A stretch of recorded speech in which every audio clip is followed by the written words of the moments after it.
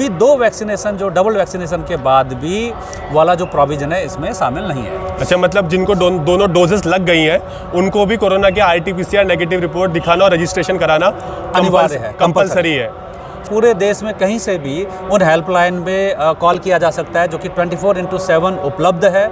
हमने एक बहुत छोटा सा ऐप, बहुत ही सस्ता एक ऐप है बट बहुत ही इफेक्टिव है, उस ऐप को डेवलप किया है। नमस्कार दोस्तों, मैं हूं हिमांशु भट्ट। धर्मनगरी हरिद्वार में पतित पाविनी मां गंगा के पावन तट पर कुंभ 2021 का आगाज हो चुका है, लेकिन इस बार के कुंभ में कोरोना का कहर होगा, इसलिए कुंभ को संपन्न कराना पुलिस प्रशासन के लिए चुनौतीपूर्ण रहेगा। हरिद्वार कुंभ 2021 सुरक्षात्मक रूप से संपन्न हो, इसकी जिम्मेदारी है IG कुंभ मेला IPS संजय गुंजियाल जी के कंधों पर।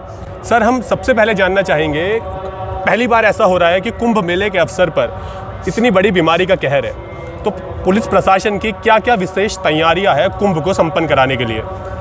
देखिए, हरिद्वार में कोई भी किसी भी तरह का मेला हो या स्नान हो, वो एक चुनौती रहती है।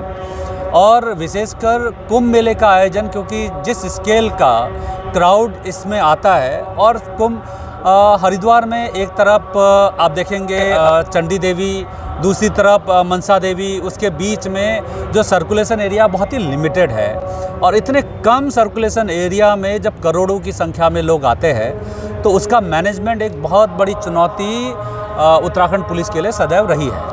बट उसके साथ साथ जो ट्रैफिक मैनेजमेंट है, क्योंकि हरिद्वार कई जनपदों में यहीं से हरिद्वार से ही रूट जाता है और कई लोगों का डेस्टिनेशन यहीं हरिद्वार रहता है, तो ट्रैफिक मैनेजमेंट भी एक बहुत बड़ी चुनौती रही। लेकिन इस बार ट्रैफिक और क्राउड के साथ साथ जो विशेष तरह की महामारी की वजह से कोरोना के कारण जो हमारे पास चैलेंजेज आए हैं वो बिल्कुल डिफरेंट है, और ऐसे में जो सुरक्षित कुंभ की जो संकल्प है, जो मैंडेट गवर्नमेंट ने दिया गया, उसके पूरा करने की जो जिम्मेदारी है काफ़ी चुनौतीपूर्ण है, लेकिन हम लोग लगातार इस दिशा में सतत प्रयासरत है। सर, इस बार क्या क्या चीज़ें चेंजेस है? जैसे गाइडलाइंस है, बहुत से लोगों में कन्फ्यूज़न है स्टार्टिंग से ही कि कोरोना की रिपोर्ट लानी है या नहीं लानी है, तो वास्तव में सर क्या गाइडलाइंस है जो श्रद्धालु विभिन्न राज्यों से हरिद्वार आ रहे हैं? देखिए, मैं आपको बताऊं, जो लोग उत्तराखंड स्टेट में आ रहे हैं 12 राज्यों से, जहां पर संक्रमण दर ज़्यादा है जी, उसके लिए तो COVID negative 72 hours before RT-PCR test लाना आवश्यक है जी। लेकिन जो हमारा कुंभ मेला एरिया है, जो कि पूरा ऋषिकेश तक फैला है, यहाँ पर आने की जो गाइडलाइंस है, SOP है, बिल्कुल अलग है, जिसमें कि रजिस्ट्रेशन ज़रूरी है। और रजिस्ट्रेशन में एक डॉक्यूमेंट जो इम्पॉर्टेंट है वो है RT-PCR नेगेटिव टेस्ट 72 आवर्स पहले का, वो अपलोड करना है। उसके अलावा हमें एक कंपलसरी मेडिकल सर्टिफिकेट है, उसको भी लोड करना ज़रूरी है, क्योंकि कंपलसरी मेडिकल सर्टिफिकेट की वजह से जो हमारी कोमॉर्बिडिटी है या फिर कोई इम्यूनिटी किसी की कॉम्प्रोमाइज़ है, तो उसके बारे में भी पता चलता है, और उनके लिए भी एडवाइज है कि वो ना आए, और साथ में ID प्रूफ को भी उसमें लोड करना है। तो इस तरह से 3 डॉक्यूमेंट्स एक बार अपलोड हो जाएंगे तो ऑटोमेटिकली जो रजिस्ट्रेशन सिस्टम ऐसा बना रखा है कि ई-पास आपको सीधे जनरेट हो जाएगा। उसमें एक मैं आपके माध्यम से बड़ी चीज़ बताना चाहूँगा कि अगर सपोज आपकी बुकिंग 10 दिन बाद है और RT-PCR टेस्ट जो क्योंकि 72 आवर्स पहले है, तो आप बाकी सारे डॉक्यूमेंट्स को अपलोड कर दीजिए, तो आपको एक रिसिप्ट मिलेगा। उस रेफरेंस नंबर के बेसिस पे बाद में आप RT-PCR टेस्ट रिपोर्ट जैसी नेगेटिव आती है तो उसको अपलोड करते हुए आपको ई-पास मिल सकता है। सर, जिनको कोरोना की दोनों डोजेस लग गई है, क्या उनको भी नेगेटिव रिपोर्ट लानी है? देखिए, ये सवाल बड़ा प्रासंगिक है। जो भी वैक्सीनेशन की जो दोनों डोज मिल चुकी है, आप जानते हैं कि सेकंड डोज के बाद भी करीब 14-15 दिन का, जबकि इम्यूनिटी डेवलप करने में या आप जानते हैं कि उतना दिन लगता ही है। तो अभी जो SOP है उसके लिहाज से आपको टेस्ट रिपोर्ट ज़रूरी है, और RT-PCR नेगेटिव टेस्ट रिपोर्ट और जो compulsory medical certificate and ID, इनके बेसिस पे आपको रजिस्ट्रेशन करना पड़ेगा। अभी 2 वैक्सीनेशन जो डबल वैक्सीनेशन के बाद भी वाला जो प्रोविजन है इसमें शामिल नहीं है। अच्छा, मतलब जिनको दोनों डोजेस लग गई हैं उनको भी कोरोना के RT-PCR नेगेटिव रिपोर्ट दिखाना और रजिस्ट्रेशन कराना अनिवार्य है, कंपलसरी है। सर, बाकी क्या तैयारी है? जैसे कुंभ के दौरान हम देखते हैं कि कई लोग खो जाते हैं, सामान भी बहुत खोता है, तो उनके लिए हमने सुना है कि कुछ लॉस्ट एंड फाउंड सेंटर्स ऐसे कुछ डेवलप किए गए हैं, तो वो सारी चीज़ें क्या है? जैसे आज भी कुछ लोग खोए थे और कुछ बुजुर्ग और छोटे बच्चे भी थे। एक छोटी बच्ची जो कि दिव्यांग है 6 साल की, वो भी आज खोई थी और मिली थी हमें।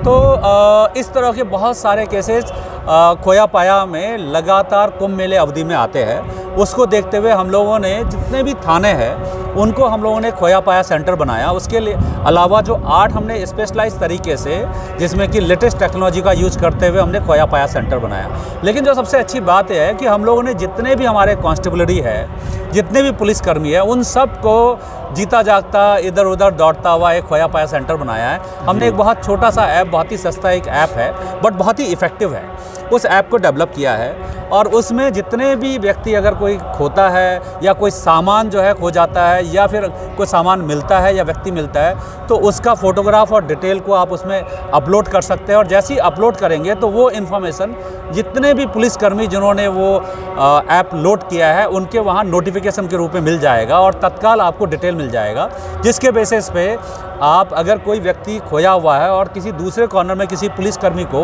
वो व्यक्ति गुमशुदा अगर मिल चुका है तो वो सीधे ही कांटेक्ट कर सकता है। तो इस तरह की सुविधा भी हम लोगों ने दी है। सर, एप्लीकेशन का नाम क्या है? ये खोया पाया, कुंभ मेला खोया पाया जो ऐप है, इसको हम लोग ने बनाया है और इसको अपने जो वेबसाइट और जो हमारा फेसबुक या ट्विटर अकाउंट है उसके माध्यम से भी हम लोगों ने मैसेज भेजा है। और मैं भी चाहूँगा कि आपके तो काफ़ी सारे सब्सक्राइबर हैं, तो आपके माध्यम से भी इसके बारे में डिटेल जरूर सर। ये गूगल प्ले स्टोर से नॉर्मली डाउनलोड हो जाएगा और एप्लीकेशंस की तरह ही। बिल्कुल सर, हर बार कई मेले होते हैं तो पुलिस प्रशासन के व्यवहार पर भी कई बार सवाल उठते हैं कि वो र्यूडली बिहेव करते हैं कई बार, और वो हो भी जाता है कई बार, इतना हेक्टिक शेड्यूल होता है। तो इसमें कुछ बदलाव किए गए हैं हमने सुना है, तो क्या बदलाव है ताकि श्रद्धालु भी इस बार खुश होकर जाएं? चाहे कुंभ मेला हो या ना हो, जो पुलिस कर्मचारियों का या यूनिफॉर्म सर्विस के जितने भी लोग हैं उनका व्यवहार पब्लिक के साथ बहुत अच्छा होना चाहिए, शालीनता के साथ, और जो भी व्यक्ति है उनके साथ उनको एम्पैथी होनी ज़रूरी है।